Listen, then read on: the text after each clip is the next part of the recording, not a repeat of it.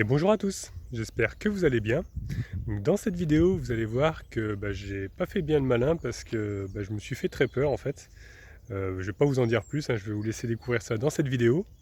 Et puis ensuite, on va aller visiter Château Double, un village vraiment magnifique, très haut perché. Donc j'espère que vous allez en prendre plein les yeux.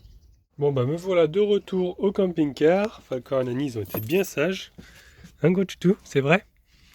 Nani il est devant, tranquillou. Et donc maintenant on va aller au spot de nuit. Donc j'ai regardé, apparemment il y aurait un endroit pas trop mal à Château Double. Donc je pense que je vais aller là-bas parce qu'il y a un endroit en pleine nature. Et puis peut-être qu'on ira visiter à ce moment-là le village. Par contre, il y a deux routes pour y aller. Il me semble qu'il y en a une qui est toujours bloquée. Parce que la route, en fait la montagne était tombée sur la route. Donc le chemin est bloqué. Donc je crois qu'il faut que je passe par Figanière pour pouvoir y accéder. Donc on va se mettre en route et aller voir ce spot.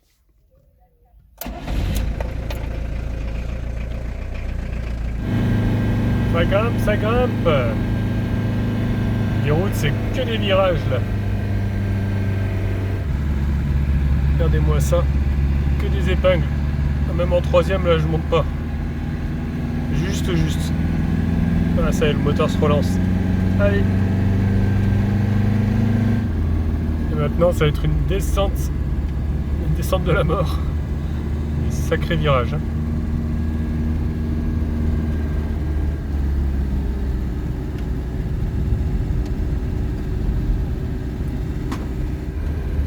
Qu'est-ce que t'en penses, Nani? Ouais, il y a de sacrés virages. C'est vraiment trop joli là, il y a plein de roches. Ça y est, nous y sommes. Regardez, on va passer dans un tunnel là. Incroyable.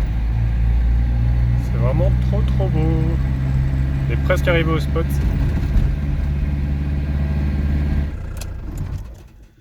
Bon me voilà arrivé. Finalement, je pensais que c'était plus en nature que ça. Mais en fait, je suis juste sur les hauteurs du village. Là-bas, on voit qu'il y a une ancienne tour. Là, c'est pareil, il y a des ruines apparemment là-bas au fond.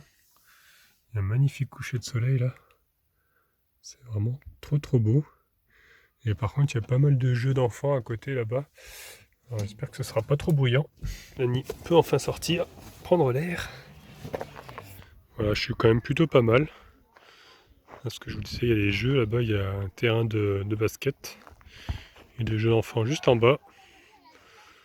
Là, je sais pas trop ce que c'est. Peut-être une salle. Là, je crois qu'il y avait un point d'eau là-bas, normalement. Peut-être des toilettes. Voilà. Alors après, je sais pas s'il y a beaucoup de monde de journée. Je sais pas trop si demain je serai réveillé tôt ou pas. C'est quand même un joli spot. Je pensais être plus en nature que ça, mais bon, tant pis. Ça ira pour ce soir. Après, je verrai si je trouve un autre spot, si ça convient pas celui-ci. Mais là, je suis trop fatigué. J'ai juste envie de me poser, tranquillou, et rester tranquille. Tranquillou, tranquille. Ça fait beaucoup de tranquillité, tout ça. Donc c'est parti pour la petite sortie de Falcor. Et Nani nous a accompagnés, du coup. Voilà. Il suit son petit frère. Hein, bah ouais, parce que Nani il est plus âgé que Falcor. Donc c'est le grand frère. Ah, on dirait bien que Nani a trouvé de l'eau. T'as trouvé le point d'eau, Nani? Ah, bah, c'est cool ça. Ouais, ça fonctionne. Impeccable. Tu viens? Tu restes avec moi? Hein? Fait trop rire. Nani est en train d'explorer en dessous, sur le rocher. Et moi je grimpe au niveau de la ruine. Ah Nani, tu vas pas dans les trous là-bas? Fais attention parce que là-bas il y a des trous. Si tu tombes. Falcor il est resté en bas parce que lui il aime pas trop les escaliers. Je vais voir un petit peu la vue qu'on a d'ici avec le coucher du soleil. Ah, c'est super beau. Je crois qu'il y a une table d'orientation qui est juste là. Magnifique coucher de soleil. Regardez, on voit le village aussi. Regardez comme c'est beau. C'est super, hein. Franchement, pas mal le spot. Bon, je voulais être en pleine nature, mais finalement, c'est quand même joli. Puis demain, on ira se balader dans le village. On ira voir un petit peu ce qu'il y a à voir. C'est pas très très grand. Ouais, on rentre? Bah ouais. Falcon est là-bas. Tu viens? Tu viens dans mes bras? Et ouais. Bah oui. Oh là là, des papouilles. Falcon, tu viens? Et bonjour les amis. Et ben, j'ai très très mal dormi. Parce que j'ai fait une grosse bêtise hier soir. Bah, en fait, j'ai cherché des informations sur la ville de Château-Double, enfin sur le village. Et je suis tombé sur une histoire assez impressionnante. Un policier avait ici un cabanon à l'époque. Il a fait une rencontre du troisième type. Et j'ai fait la bêtise de le lire hier soir avant de me coucher. Donc moi qui aime pas trop les histoires comme ça d'extraterrestres ou de fantômes, j'ai bien flippé toute la nuit. Dès qu'il y avait un petit bruit à l'extérieur, j'avais peur. Donc cette histoire est connue sous le nom de le cas du bois des Prames. Et donc c'est ici qu'il avait un petit cabanon, ce policier, où il venait, parce qu'il était chasseur aussi. Donc il venait souvent, c'était un petit cabanon sans électricité, en pleine forêt. Et ce soir-là, il était tranquillement dans son cabanon, et il a entendu un cri à l'extérieur, vraiment un cri glaçant, quoi. C'est des cris comme ça. Et il s'est demandé ce que c'était. Puis il a attendu un petit peu, puis au final, il a entendu un deuxième cri. À ce moment-là, il est sorti. Et c'est là qu'il a vu 3 formes humaines au loin dans la forêt. Il les décrit, des personnes assez petites. Au début, il pensait que c'était des animaux avec des longs bras. Et donc voilà, il a commencé à les regarder de loin. Et il s'est rendu compte qu'il y en avait un qui était blessé, qui se tenait entre les deux autres. En fait, ils étaient 3. Il était entre les deux autres et il avait du mal à marcher. Donc il a réussi à les suivre, donc il les a suivis tout le long de la forêt. Et de là, ils sont arrivés dans une clairière. Et il y avait une sorte d'engin qui volait à 50 cm du sol, un objet très sombre. Et de là, il a ressenti un courant électrique en fait. Et il s'est réveillé le lendemain, quoi. Enfin quelques heures plus tard. Parce que la traque avait duré presque 1h30 je crois. Et je crois que ça s'était passé vers minuit, quelque chose comme ça. Donc après, il s'est réveillé vers 4h du matin. Il a eu beaucoup de mal à rentrer jusqu'à chez lui. Et puis après, le lendemain, il y est retourné, mais il n'y avait plus rien. Donc voilà, ça m'a pas trop rassuré parce que moi qui voulais dormir dans la forêt, je savais pas du tout qu'il y avait une histoire de ce genre dans le coin, même si ça date de 1976. Ça me fait quand même flipper. Donc j'avais vu justement, en plus j'ai vu 2 autres spots sur cette fameuse route, c'était la D51 entre Ampus et Château-Double, que ça s'est passé. Donc je pense que je ne vais pas dormir dans ces forêts-là, pas dans le coin là. Je vais visiter le village aujourd'hui, puis après je vais sûrement décamper. Que j'ai vraiment pas très bien dormi cette nuit avec cette histoire, après avoir lu cette histoire. J'arrêtais pas d'entendre des bruits là dans les buissons, tout ça. Je pense que c'était plutôt Nani. Mais bon, dans le doute, hein, on va pas rester ici. Et puis j'avais Falcor aussi qui bougeait dans tous les sens, que quand il dort, lui, il a tendance à bouger, donc ça fait bouger le camping-car. Hein? Tu m'as fait flipper toi cette nuit là, Toutou. Bah ouais. Hein? Quand il rêve, il fait que bouger. Parce que quand il dort, il bouge dans ses rêves en fait, et du coup il court. Et ça fait trembler tout le camping-car. Hein? C'est vrai? Bah ouais. J'ai appris aussi que Château Double était autrefois appelé Château du Diable. Donc c'est toujours pas encore moins rassurant. C'est parce qu'en fait c'était vraiment un village perché, très haut perché et inaccessible. Et il se situe juste à l'entrée des gorges de la Nartubie. Et il est aussi surnommé le Nid d'Aigle. Et ce village n'est plus accessible maintenant de Draguignan, parce que la route s'était effondrée à cause des inondations de 2010. Et du coup maintenant on peut y accéder que par Figanière ou par Montferrat. J'ai appris aussi qu'au XIIIe siècle, les Templiers se sont installés dans le village. Et c'est seulement au XVe siècle qu'il s'est déplacé. Alors j'ai pas trop compris où est-ce qu'il était avant, mais là il s'est déplacé pour se mettre un peu plus sur la falaise. je pense par rapport à l'érosion. Là où a été construite la nouvelle église dédiée à Notre-Dame de l'Annonciation. Il y a même Nostradamus qui évoque le village dans une de ses prophéties en disant château double, double château, la falaise sera ton tombeau. C'est en faisant référence à la Nartubie qui est responsable de l'érosion de la falaise qui protège le village. Il y aurait aussi la tour Sarrazin à aller voir qui est juste à côté de mon spot. Donc je vais me préparer et puis on va aller voir ça de nos yeux. C'est l'heure du petit-déj.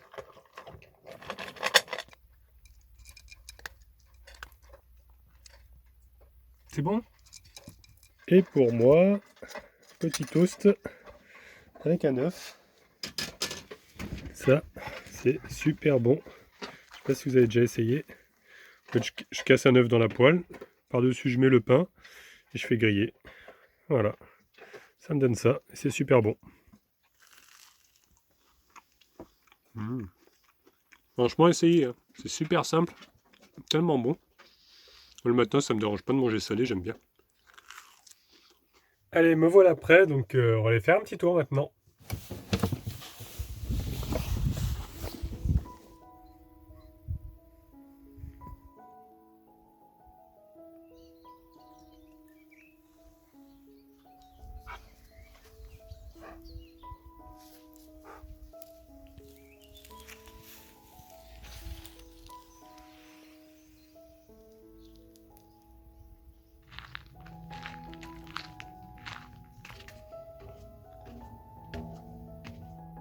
Salut toi. T'es tout beau toi. Toute belle. Là, je suis en train de remonter au niveau de la ruine. Je pense que c'est un bout du château. Hein. On avait vu hier soir. Regardez-moi cette vue là. C'est trop beau. Là, on voit très bien les gorges d'ici. Il y a même quelques figuiers de Barbarie. Avec toujours cette belle vue sur le village. Juste au milieu, on peut voir un petit olivier. Donc c'est super agréable. Là, on peut se poser ici, là, en plein soleil. Profiter de la vue. C'est vraiment un cadre très joli ici.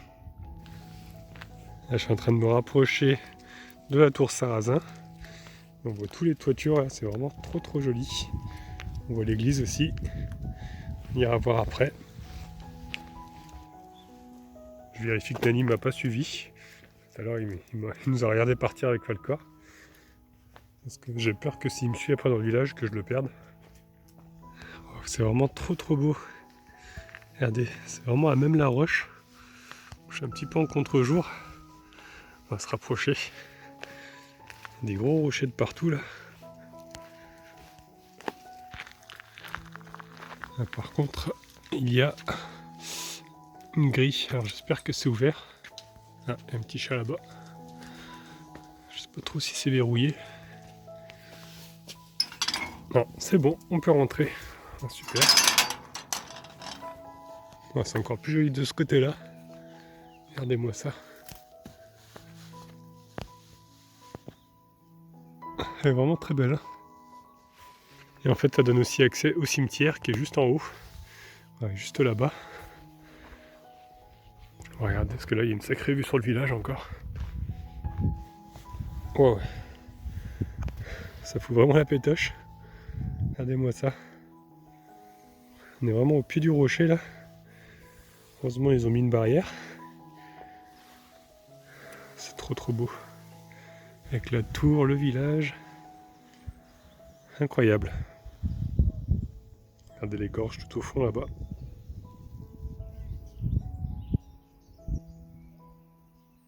Alors par contre, je n'ai pas trouvé d'autres informations sur la tour. Je pense que bon, ça servait sûrement à défendre le village. Et en fait, Château Double porte ce nom parce qu'il y avait deux châteaux. Il y en avait un donc sur les hauteurs, là où je me trouve, et un au niveau de la rivière, de la Nartubie. Donc voilà, c'est pour ça que ça s'appelle Château Double. Par contre, je ne sais pas du tout s'il reste des ruines de l'autre château. Donc peut-être que j'irai voir après en bas. Allez, bah maintenant on va descendre au village.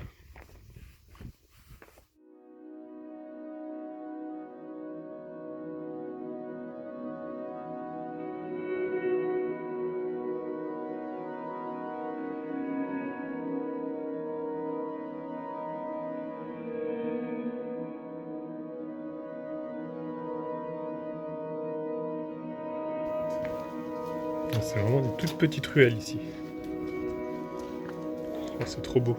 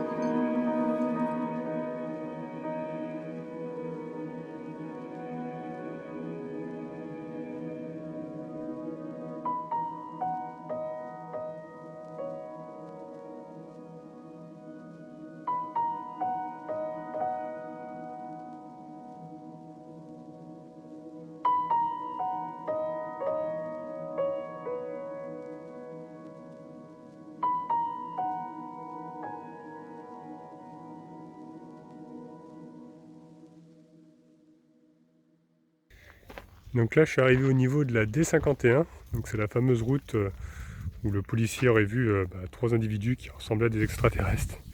Donc c'est un petit peu plus loin là, en remontant jusqu'à Rampus. Donc je pense pas que je vais descendre jusqu'à tout en bas parce que c'est quand même assez loin je pense, et je suis pas sûr qu'il y ait des ruines.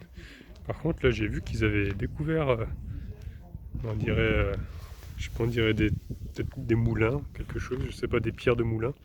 Je vais me rapprocher, voir un peu de plus près. Je pense qu'ils ont dû faire des travaux ici, parce que la terre est toute retournée, et ils ont dû découvrir ça. Je sais pas trop, c'est vraiment des pierres de moulin, ça ressemble à des roues là. Je sais pas trop. Comme quoi on n'a pas encore tout découvert, il doit y avoir encore plein de trésors cachés sous la terre. C'est marrant, en faisant des travaux, ils arrivent à trouver des vestiges comme ça. Là on est tombé sur un objet assez incroyable. C'est une vieille balance en fait. Je savais pas trop à quoi ça servait. Et après j'ai vu les poids. Et là il y a les mesures. C'est vraiment incroyable. C'est vraiment. Je sais pas de quelle époque ça date. Ça, j'ai essayé de monter dessus, mais apparemment elle ne fonctionne pas. Parce qu'il n'y a pas d'écriteau comme quoi il faut pas monter dessus. Donc je pense qu'on peut essayer de s'amuser un peu avec. Mais on dirait que c'est un peu bloqué. Là ça bouge, mais la balance n'est plus reliée. C'est marrant qu'ils aient laissé ça. Quoique. Ouais, quand j'appuie, ça se lève un petit peu. Mais bon, ça fonctionne plus très bien. Là, ça a l'air d'avoir été soudé. Ça ne bouge plus. Même les poids, ils ont été soudés ici pour pas qu'on les vole.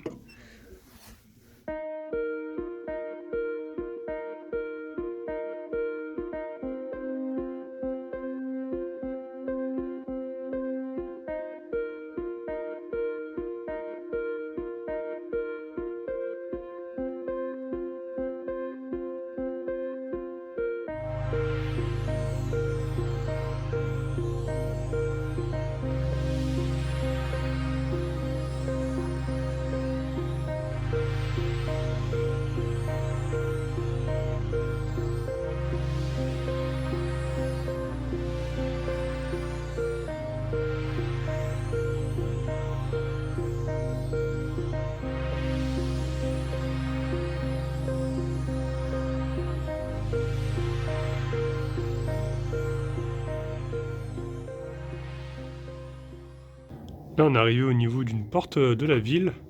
Et ils nous ont mis justement plein de petites portes comme ça là qu'ils ont récupérées pour pas les jeter, je pense. Et ils ont mis dessus des photos d'époque. Là on a justement une photo au niveau de la porte où je me trouve. Là ça nous montre l'église. Il y a même quelques photos de classe. Et encore d'autres qui montrent un peu les places des villages, puis les maisons. Et là je suis en train de me diriger au niveau du point de vue qu'on voyait tout à l'heure de plus haut quand j'étais au niveau de la tour là-haut. J'étais juste là-haut et on voyait le banc avec un peu de verdure là. Ça me fait un petit plateau où on peut voir encore la vue. Alors, c'est vraiment magnifique ici aussi. Regardez, on voit la route juste en bas. Avec l'énorme rocher. C'est vraiment trop beau. Hein. Regardez la tour là-bas. Et le village. C'est magnifique. Pas d'autres mots. Alors je pense qu'il n'y a plus rien en bas. Je pense pas qu'il y ait de reste du château du bas. Par contre on voit aussi la rivière d'ici. Et puis on voit également une chapelle.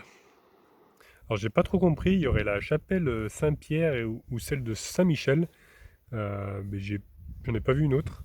Alors je sais pas laquelle des deux c'est, parce que sur Maps ce n'est pas affiché. Il y a juste un carré avec le bâtiment, il n'y a pas de nom, il n'y a rien.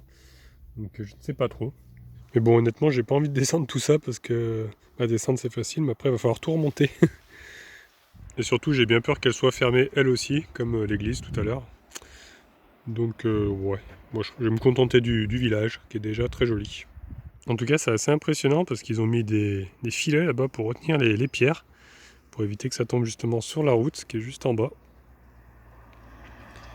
Pour éviter de se prendre une pierre sur le pare-brise. Là c'est pareil, ils ont complètement accroché le rocher avec des câbles en acier pour éviter que ça tombe carrément sur le toit de la maison qui est juste en bas.